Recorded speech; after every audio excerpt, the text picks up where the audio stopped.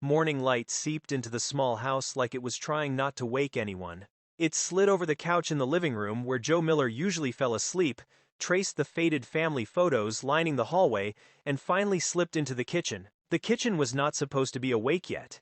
It wasn't supposed to smell like fresh coffee, or sizzling butter, or toast that was this close to burning because someone forgot the dial. Joe frowned before his eyes even opened.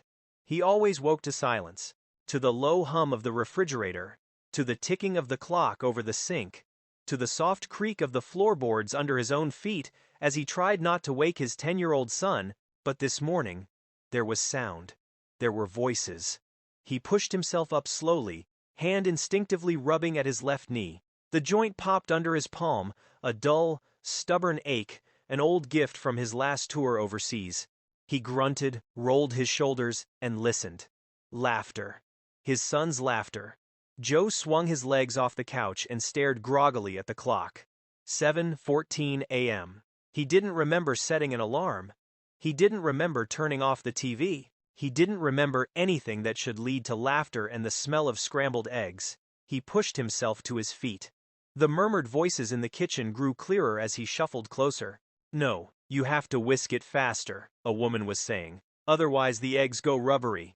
"That's what Dad makes," Evan's voice replied.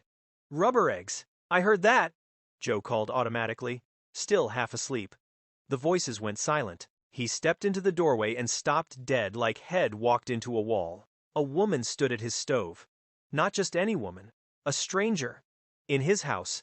Wearing his gray hoodie. The one he threw over the back of a chair last night. She was barefoot on his worn kitchen tiles. Sleeves too long. Hair pulled into a messy knot like she'd done it without a mirror. The hoodie swallowed her frame.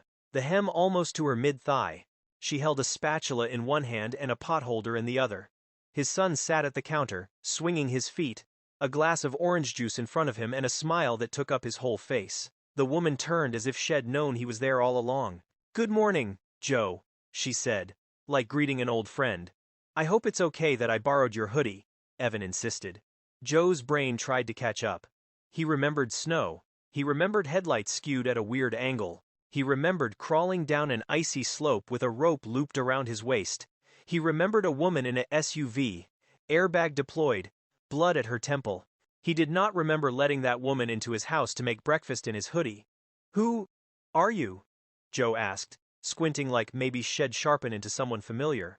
The woman wiped her free hand on a towel, turned off the stove, and faced him fully.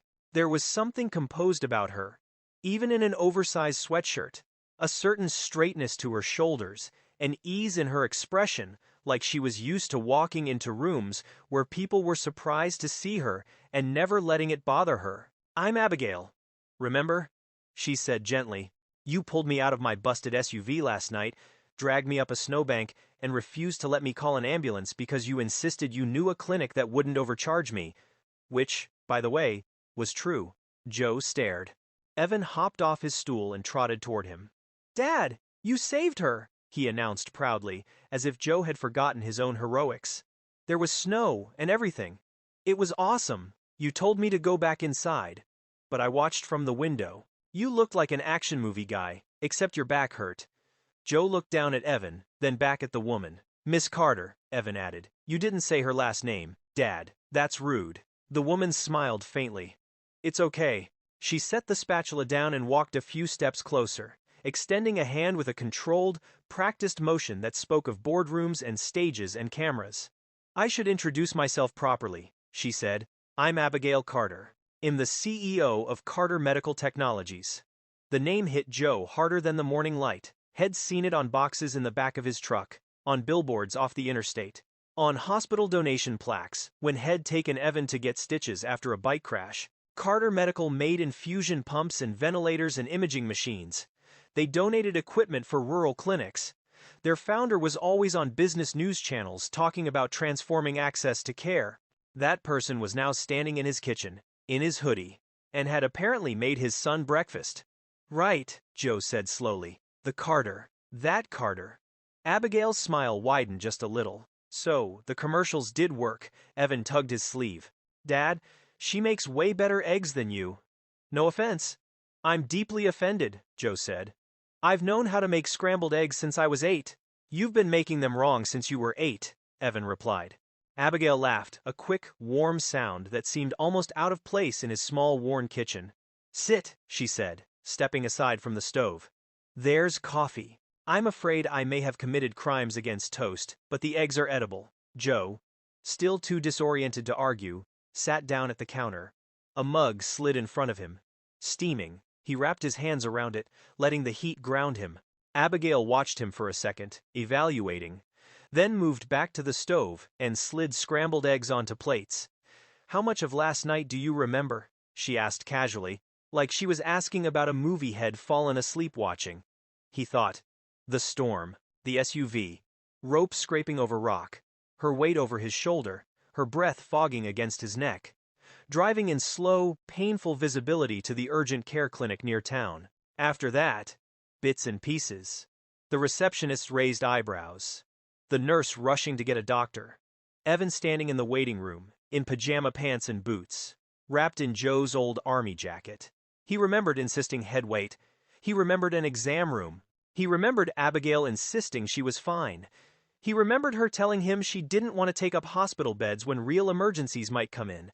He remembered offering his couch for a few hours. He remembered Evan whispering loudly in the hallway, "Dad, we can't let her drive if she's dizzy. That's how video game characters crash."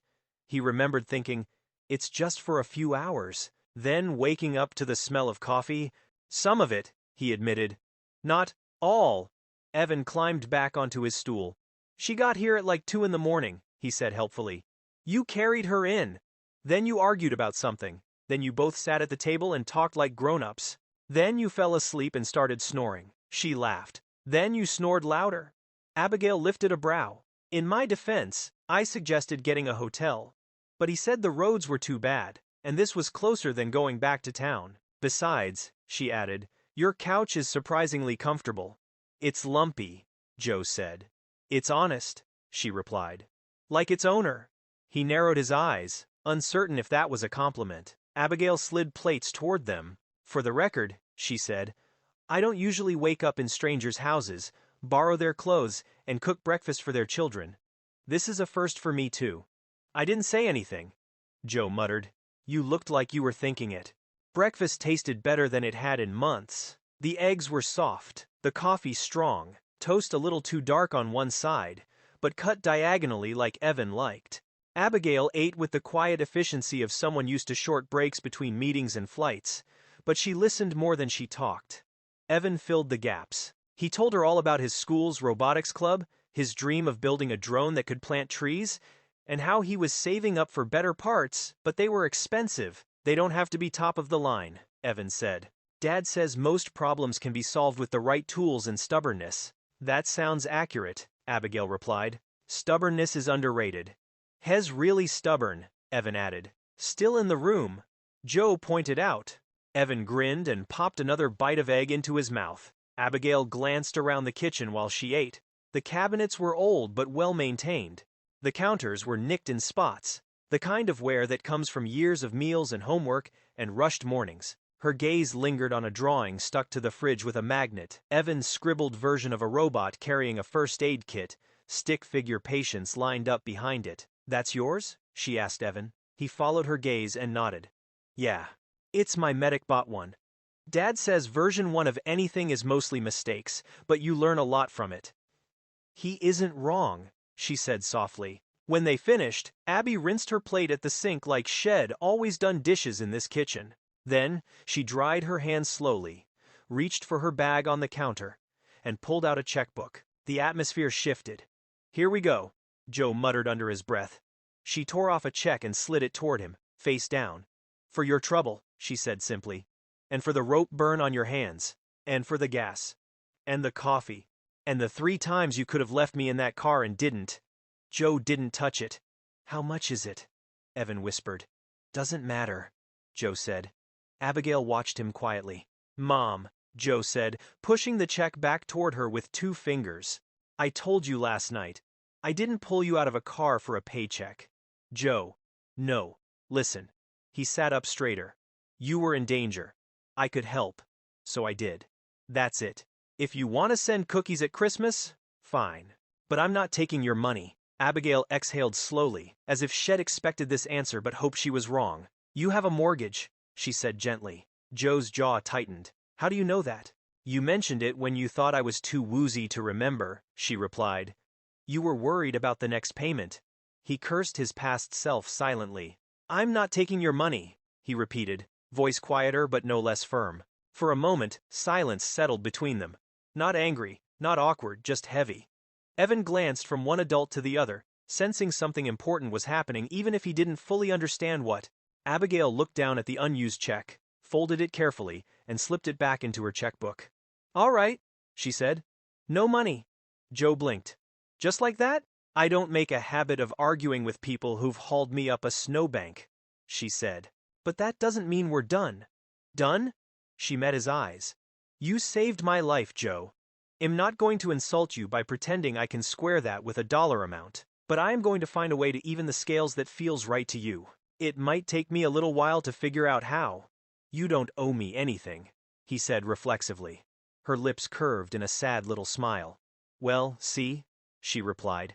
A few minutes later, she was shrugging into her own coat near the front door. I called a driver, she said. Roads should be clearer now. I left my contact card on the counter. If your hands start blistering or that knee gets worse, you call me. I have connections with some very good orthopedists. I'm not, I know, she cut in. You're fine. You've seen worse. Humor me anyway. She turned to Evan. Thank you for sharing your breakfast with me, she said. And your robot designs. You're welcome, he said, trying to sound grown up. Then he added, more shyly, good luck with your company and stuff. She laughed.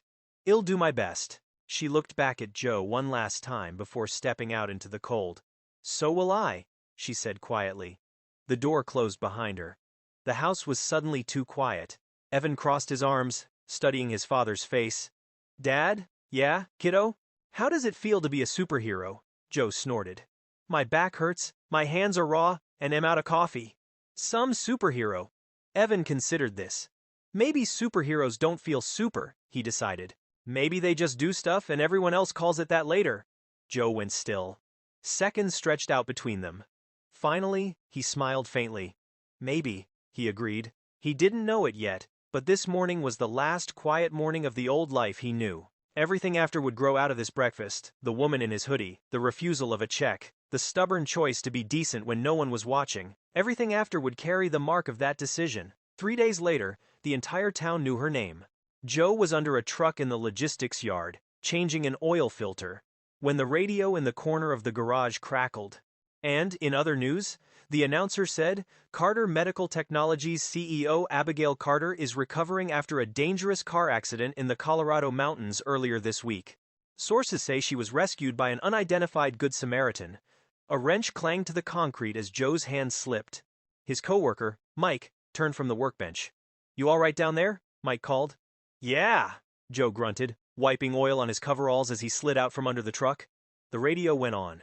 Carter, known nationwide for her company's innovations in rural healthcare technology, issued a brief statement thanking the unknown man who pulled her from the wreck and urging him to come forward so she could thank him properly. Mike whistled. Must be nice, he said. You imagine that? CEO of a big company owes you one? That's like winning the kindness lottery. Joe grabbed a shop rag a little too quickly. Maybe he doesn't want the attention, he said. Man, I'd want the attention, Mike replied. I'd show up in a cape. Yes, it was I, the heroic citizen. Joe snorted despite himself. The announcer continued. Carter Medical's stock dipped briefly after the news broke but has since rebounded. Meanwhile, social media is filled with the hashtag number #FindTheRescuer, as viewers praise Joe reached over and switched the radio off. Mike raised a brow. Touchy. I've just heard enough about rich people almost dying this week, Joe said. He turned back to the truck engine, but his mind was no longer on engines. He saw flashes the way Abigail had looked at him across his own kitchen table, the way Shed folded that check when he refused it, the way Shed said, I'm not going to pretend we're done. He felt an odd twist in his chest. He wasn't ashamed of what Hed done. He didn't regret refusing the money. But a part of him wondered what she was thinking right now. sitting in some glass-walled office or being fussed over by PR teams. A part of him wondered if he'd ever see her again. He got his answer the next afternoon. He heard the car before he saw it. His house sat at the end of a quiet road, beyond the last turn anyone usually bothered to take unless they lived there. So when a long black SUV eased to a stop in front of his porch while he was raking the last crusts of snow-melted leaves, Joe felt his stomach tighten. Evan, who had been shooting foam arrows at a makeshift target in the yard, stared open-mouthed. "Dad," he whispered. "Is that a spy car?" The back door opened. Abigail stepped out. This time, there was no hoodie. She wore a long wool coat buttoned over a dark sweater, hair smoother, cleaner, the faint bruise at her temple mostly faded. Sunglasses hung from the neckline of her sweater. Even on his quiet street, she carried the air of someone used to walking into places expecting questions and answers. "Definitely a spy car," Evan whispered. Abigail smiled, genuinely this time, as she walked up the path. "You weren't hard to find," she said. "The urgent care had your name on file. You didn't exactly hide." "I wasn't trying to be found," Joe replied. "Sometimes the world disagrees with our attempts at invisibility." She stopped at the edge of the porch, hands in her coat pockets, not stepping onto the boards until he nodded, respectful, careful not to intrude more than she already had. "Can I talk to you?" she asked. Joe glanced at Evan, then jerked his chin toward the front steps. "Go inside, buddy. Grab a snack. It'll be there in a second." Evan frowned. "Is this about secret superhero stuff?" "No," Joe said. "This is about grown-up boring stuff." "That's what I said. Superhero stuff. Inside." Okay. Evan slung his foam bow over his shoulder like a soldier retreating from the front lines and headed inside. The door clicked shut behind him. Abigail waited. Joe leaned the rake against the railing. "You came all this way to say thank you again?" he said. "Because you could have done that with a fruit basket." "This isn't a fruit basket level situation," she replied. "This is life-altering." "I'm fine," he said. "You're fine. The car can be replaced. That's the whole point of car insurance." She took a slow breath, like she was choosing her next words carefully. "You told me you didn't want money," she said. "I respected that. But that doesn't change the fact that you changed my life. And not just by pulling me out of metal and snow." He frowned slightly. "In the hospital, there were messages waiting," she continued. "My board wanted reassurance. Press wanted quotes. Investors wanted numbers. I gave all of them what they needed to hear. But internally, I realized something else." She took a step closer. "I built a company that ships life-saving equipment into communities like this one," she said. "I can tell you the cost per unit of a ventilator, the depreciation schedule of a CT scanner, the profit margin on a rural clinic contract. But I haven't been on the roads in years. I haven't seen the snowbanks or the black ice, or the way fog hugs certain stretches at dawn." He said nothing. She reached into her bag and pulled out a folder, held together with a single clip. "I want to fix that," she said, offering it to him. "With your help." He didn't take it. "What is it?" he asked. "A job offer?" she said. "Carter Medical is expanding our logistics division. We need someone who understands these roads, these conditions. Someone who can develop safer routes, better training, emergency protocols. I can hire a consultant who's read reports. Or I can hire the man who dragged me up a ravine in a blizzard and still had the presence of mind to ask the nurse about clinic billing practices." Joe blinked. "I'm just a driver," he said. "You're a veteran," she countered. "You've led teams. You know risk. You know how to make decisions when there's no time to hesitate. Those are skills I cannot manufacture in a boardroom." He swallowed. "What's the catch?" he asked. "There isn't one," she said. "You'd work for us. You'd get a salary, benefits, health insurance that covers that knee of yours. Set hours a lot closer to home. Sometimes travel, but not the kind that keeps you away for weeks. And," she hesitated. "And?" he pressed. "And I would like to offer a scholarship for Evan," she said slowly. "Our foundation sponsors youth STEM programs. I can make sure he gets into one of the best robotics camps in the state, quietly. Without his classmates knowing who pulled the strings if you're worried about that." His chest tightened.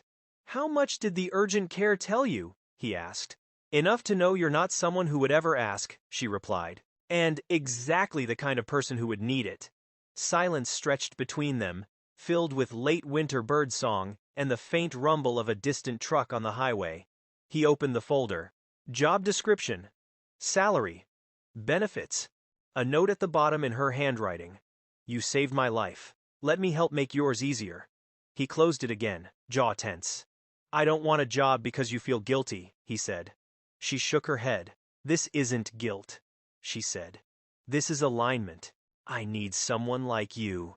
You need something more stable.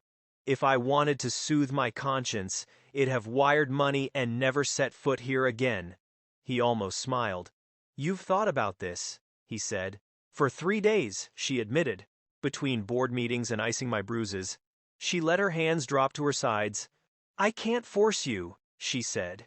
If you say no, I'll leave and I won't show up on your lawn again. But I'll keep looking for ways to support men like you quietly, because you reminded me why I started this company. And that's not something I can forget now. He looked past her for a second, at the mountains rising in the distance, snow still clinging to their highest ridges. He thought of the late nights on the road, of Evan sleeping on the couch waiting for him, of bills stacked in the drawer. He thought of the way Evan's eyes had lit up when he talked about robotics at breakfast. He thought of how, for the first time in a long time, someone was offering help that didn't feel like pity. I'll need time to think, he said finally. Take it, she replied. The offer's open for the next month. She turned to leave, then paused and looked back. One more thing, she said. I meant what I said on TV. I wanted the world to know there are still people who act because it's right, not profitable. But if you ever decide you want me to shut up about it, you call me and I will. Joe chuckled softly.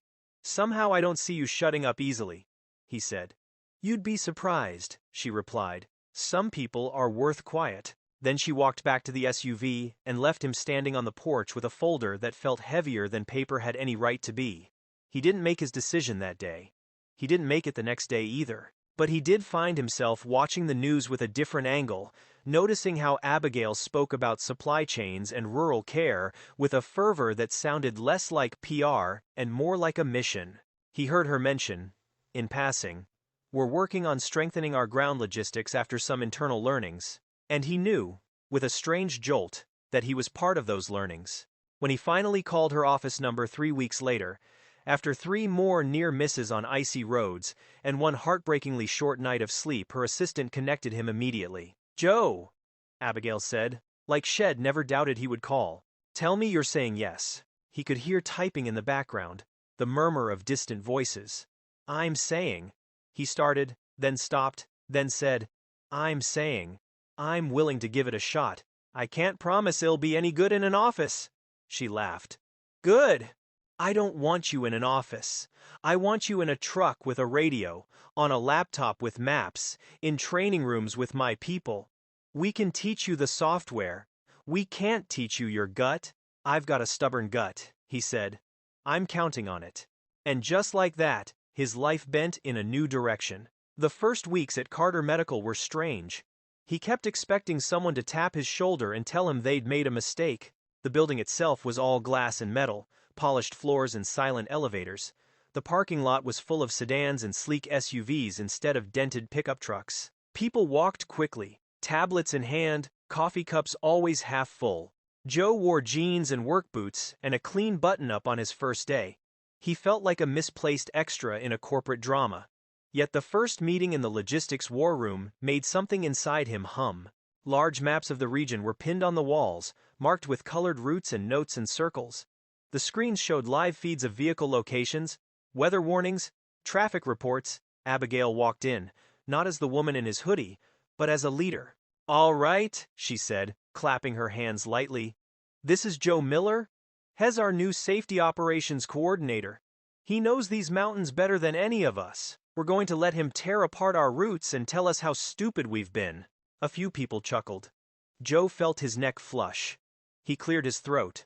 I'm not here to insult anyone, he said, but I am here to tell you that Route 14 might as well have a sign that says, Avalanche Alley, and you're sending trucks through there at the worst times of day. For the first time, a room full of people in clean clothes leaned in to listen to someone with calloused hands. He traced lines on maps, shared stories of near misses, of whiteouts, of places where the posted speed limit was a bad joke, places where one wrong decision turned a truck into a sled.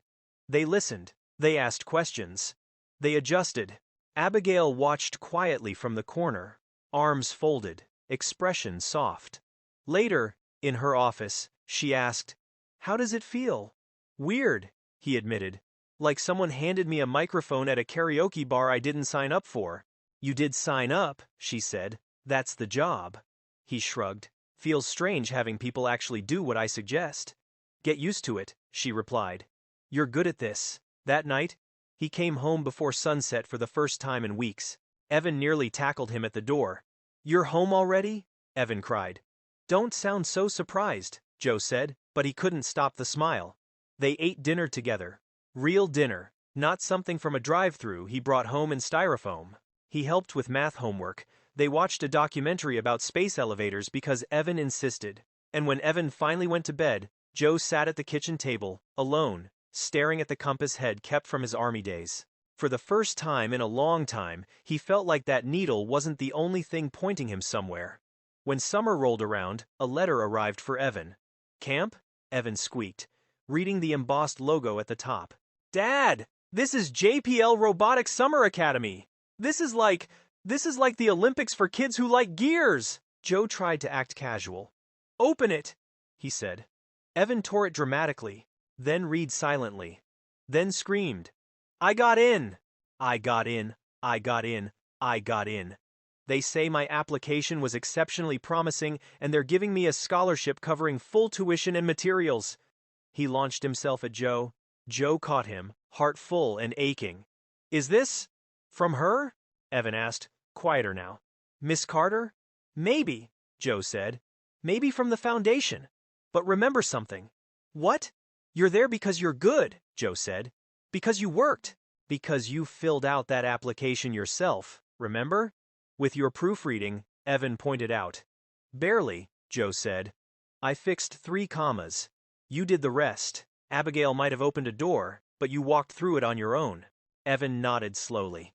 "It'll make you proud," he said. "You already do," Joe replied. The year that followed blurred into a new kind of busy.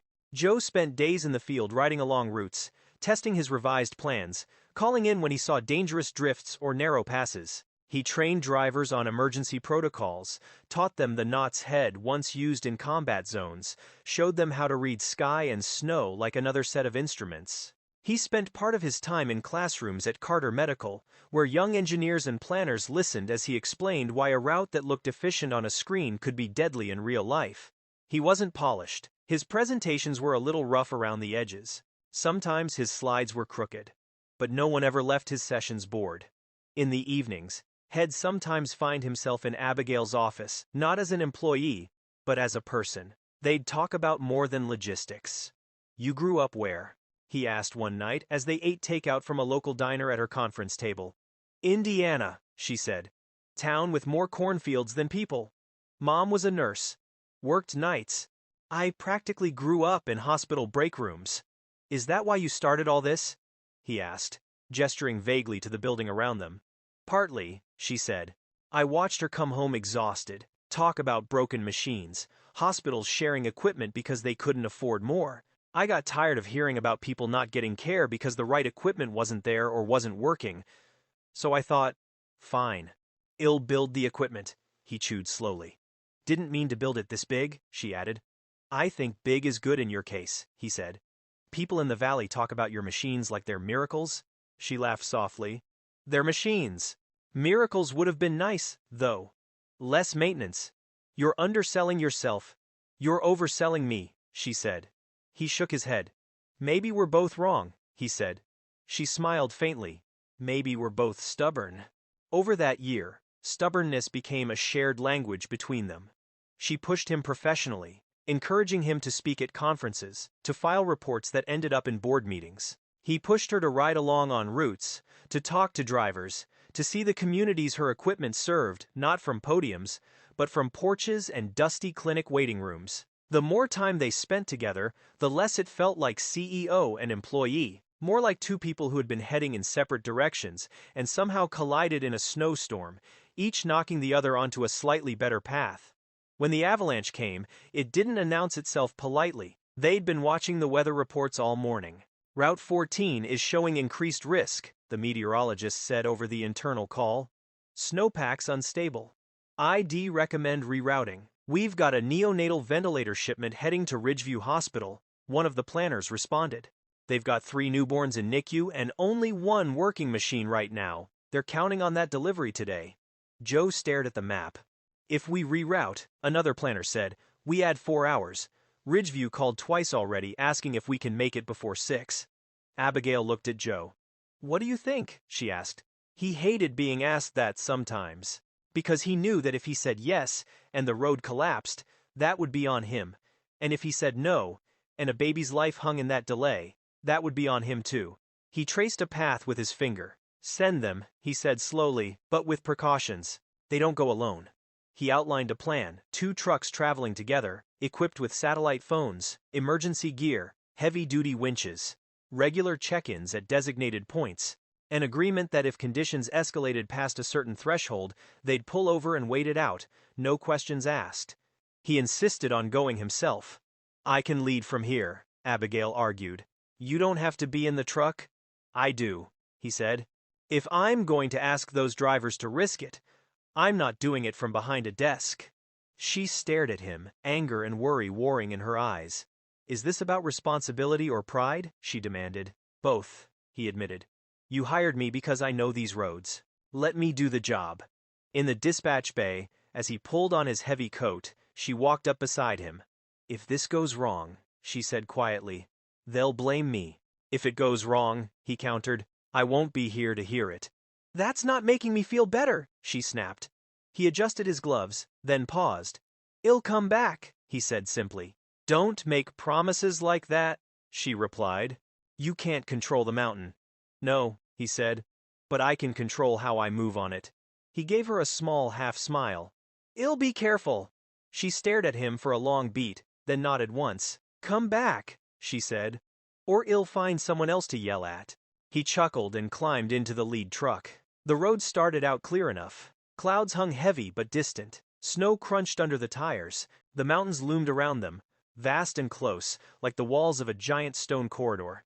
They made the first 2 check-in points without issue. The ventilator crates were strapped tight in the back, humming faintly with internal batteries. Joe could feel the drivers behind him relax a little. At the 3rd check-in, the radio crackled. Winds picking up, one driver reported. Snow's blowing sideways up ahead. Joe peered through the windshield. Visibility was degrading, but not impossible. Slow it down, he ordered. Stay close. If you lose sight of my taillights, you tell me immediately. We'll reassess at the next pull-off. Then it happened. The mountain roared. It started as a deep, distant rumble, like an airplane overhead, but growing, filling the air. Stop! Joe yelled into the radio. Everyone stop now! He hit the brakes, muscles reacting before his mind fully processed what he was hearing. Is that the other driver started? Avalanche! Joe shouted. Kill the engines! Out of the trucks! Move uphill! They scrambled out into air, suddenly thick with sound and flying snow. The sky above them seemed to split as a wall of white broke free, rushing down the slope like liquid stone. Go! Joe screamed, pushing one driver toward the upward side of the road, away from the ravine edge. Up, don't look back! Snow bullets stung his face. The roar was so loud it drowned his thoughts. He grabbed the crate with the ventilator's backup modules from the back of the lead truck, lighter than the main unit, but still heavy, and slung it forward, shoving it toward the nearest embankment. The avalanche crashed over the road. Snow, ice, debris. It smothered the trucks in seconds, burying them to their doors, then their windows. The world turned into chaos, white, deafening, suffocating. He couldn't breathe. He couldn't see more than a few feet. He dug into the snow with bare hands, claws scraping for footholds as he pushed himself uphill, lungs burning. Joe! Joe, talk to me! Abigail's voice screamed over the radio from the command center. Static. Then, after what felt like years compressed into a minute, the sound settled into a heavy silence. Snowflakes drifted lazily again, as if nothing had happened. Joe spat out ice and yanked his radio up from his chest harness. "I'm here," he gasped. "We're here," his team answered, one by one. All present, one driver wheezed. Shaken, but alive. The trucks were half buried, but upright. One mirror hung broken. A window was cracked, but not shattered. No one had gone over the side. Joe let out a breath he didn't realize had been holding. "We're not going anywhere for a while," he said into the radio. "Road's gone. We're going to dig out what we can and set up a temporary safe zone. Can the equipment survive?" Abigail's voice asked, shaky but focused. He checked the crates. Snow dusted their edges, but the seals held. "Yes," he said, "the ventilator's intact. We can still make this delivery. Just, not on time." On the other end, silence. Then, "Forget the schedule," she said. "Just come back." They spent hours digging, stabilizing, rigging temporary anchors to keep the trucks from shifting. A rescue crew was dispatched with plows and support.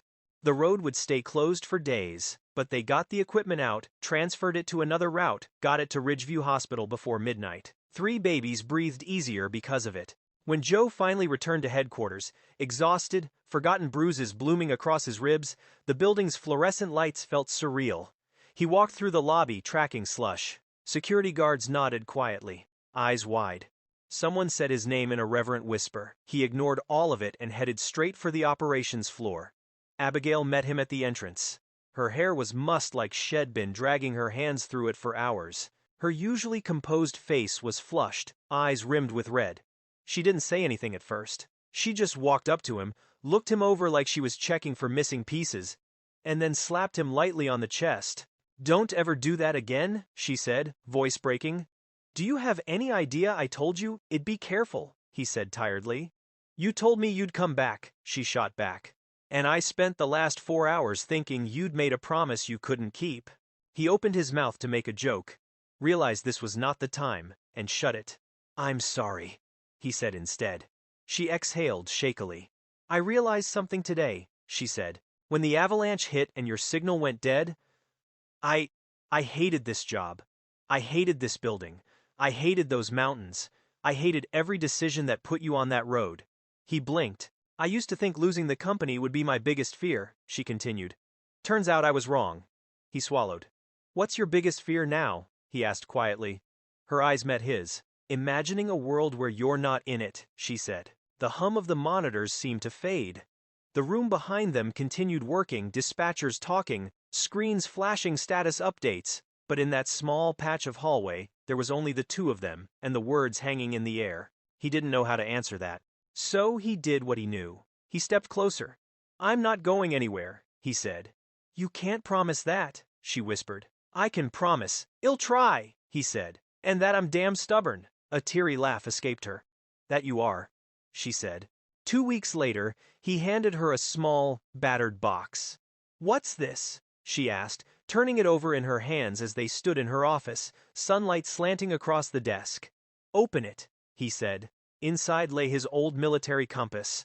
The casing was scratched and dented, the face glass slightly fogged at the edges, but the needle still swung freely, searching for north. "This kept me alive more than once," he said. "Through sandstorms and jungle and nights where the sky didn't help." She looked up, eyes soft.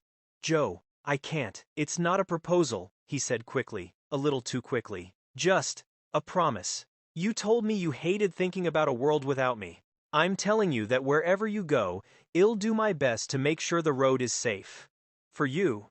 For the people we serve. For my kid." Her fingers tightened around the compass. "And what keeps you safe?" she asked. He shrugged. "Maybe knowing someone would notice if I didn't come back." "I would," she said. "I do." Silence again, but warmer this time. "Thank you," she said quietly. "I'll keep this close." She slipped the compass into her pocket, over her heart. Neither of them called it what it was, neither said love. Not yet. But something had shifted permanently, quietly, undeniably. The snow melted eventually. Spring always did that, even in Colorado. One bright Saturday, Joe's old pickup rolled along a mountain road. No cargo in the bed, no deadlines hanging over their heads. Evan sat in the back seat, legs stretched out across a pile of camping gear. a new robotics manual open on his lap. Abigail sat in the passenger seat, coat unbuttoned, sunglasses on, her hair pulled into a simple ponytail. "You sure you know where you're going?" she teased. He grinned. "Lady, I know these roads better than I know my own fridge. That's not reassuring. I've seen your fridge. Hey, I eat real food now." "Because you let me stock your freezer," she said. He didn't argue. They drove until the paved road gave way to a gravel turnout overlooking a valley. "Whoa," Evan breathed as he hopped out. "This is like a video game map." Below them, the world stretched wide forests waking up after winter, streams glinting in the distance, patches of snow clinging stubbornly to shaded slopes. The air was crisp, clean, tinged with pine. Joe leaned on the hood of the truck, arms crossed, and just breathed. Abigail came to stand beside him.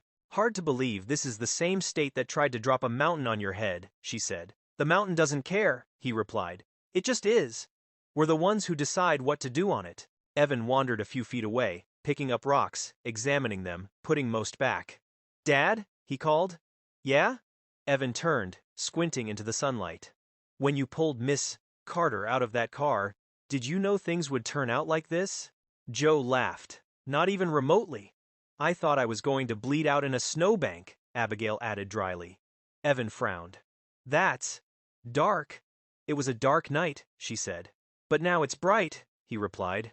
He walked back toward them, face thoughtful. "Does helping people always change everything?" he asked suddenly. "Like, if you hadn't helped her, none of this would have happened. But if you help someone else, will their whole life change too?" Joe looked at him, then at the horizon. He thought of every decision, small and large, that had led here. Grabbing a rope, driving to urgent care, refusing a check, saying yes to a job he didn't think he deserved, stepping into an avalanche because equipment and babies needed him. He thought of how many chances Head had to say no, to look away. "Not always," Joe said slowly. "You can't control everything that happens after you help someone. Sometimes you do the right thing and nothing in your life changes. Sometimes they don't even say thank you." Evan tilted his head, listening. "But sometimes," Joe continued, "doing the right thing doesn't just change their day. It changes your path. It rewrites what would have happened if you just stayed home and minded your own business." He nodded toward Abigail. "I didn't pull her out of that car expecting any of this," he said. "I just didn't want her to die in the cold. That's all. But that one choice, it didn't fix everything. It didn't erase bills or pain or years of hard stuff. It just opened doors I didn't know existed. And some of those doors led here." Evan looked at them, at his dad, at Abigail, at the way they stood next to each other without thinking about the space between.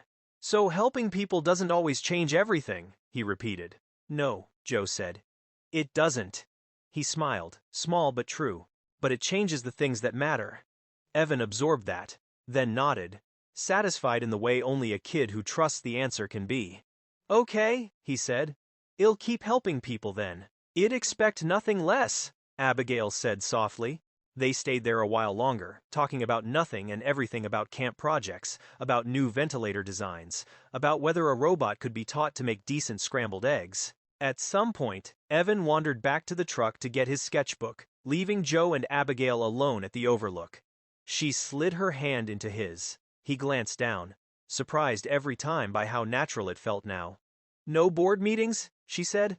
"No calls? No emergencies? This almost feels illegal." "Shh," he said, "don't jinx it." She looked at him sideways. "Do you ever miss your old life?" she asked. "The one before all this?" She gestured vaguely to encompass the job, the new routines, her, all the tangled threads. He thought about late-night halls, microwave dinners, the bone-deep fatigue that came from working hard and never getting ahead. "Not really," he said. "Do you?" "My old life?" she asked. "Yeah. Before your SUV went skating." She considered it. "I miss the illusion that I was in control of everything," she said. "But I don't miss who I was when that illusion was my whole personality." He snorted. "You're still a control freak." "True," she conceded. "But now I occasionally let someone else drive on dangerous roads. That's character growth," he said. "Don't get used to it," she replied. He squeezed her hand. They watched the sun dip a little lower, the light turning softer, warmer. He thought of all the paths he could have taken, all the roads he could have ignored, all the lives that would have remained separate if he'd chosen comfort over effort. He wasn't naive. He knew not every good deed was rewarded. He knew life could be cruel and unfair and random. He knew people who had helped others and been broken for it. But standing here, his son safe and smiling, the woman whose life had saved standing beside him, the company he helped strengthen serving clinics that once struggled alone, he couldn't deny one plain truth. Sometimes a single good choice rewrote a day. Sometimes it rewrote a year. Sometimes, if you were very, very lucky, it rewrote the entire direction of your life. Ready to head back? He asked eventually. Do we have to? Abigail replied. Evan's going to ask for snacks in 10 minutes, Joe said. If we're not within reach of a granola bar, there'll be mutiny. Good point, she sighed. They walked back to the truck, their steps easy, unhurried. Evan climbed in, already talking about a new robot design that could plant trees along landslide-prone slopes. Well, need to test that, Joe said. Could be useful for root stability. We can collaborate, Abigail added. Carter Medical x Evan Miller Robotics. That sounds fancy, Evan grinned. You are fancy, she nudged him. As the truck rolled away from the overlook, the view receded behind them, but the sense of it stayed. A wide world, a long road, a future that, for the first time in a long time, felt less like something to survive and more like something to build. Sometimes a single good choice rewrote a whole year of your life. Sometimes, it rewrote the rest of it.